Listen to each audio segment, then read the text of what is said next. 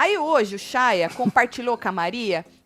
Eles estão querendo, Marcelo, votar na Dona Hispanic para ela puxar o Fernando. Lembrando que Chaya tá na baia, Maria tá na baia, Fernando tá na baia, Michele tá na baia. Sim. Certo? Então eles estão, segundo o Chaya, querendo fazer de um jeito para não serem puxados da baia. E olha que esperto, achei inteligente, Marcelo. Bora votar na Hispanic, porque ela vai puxar quem?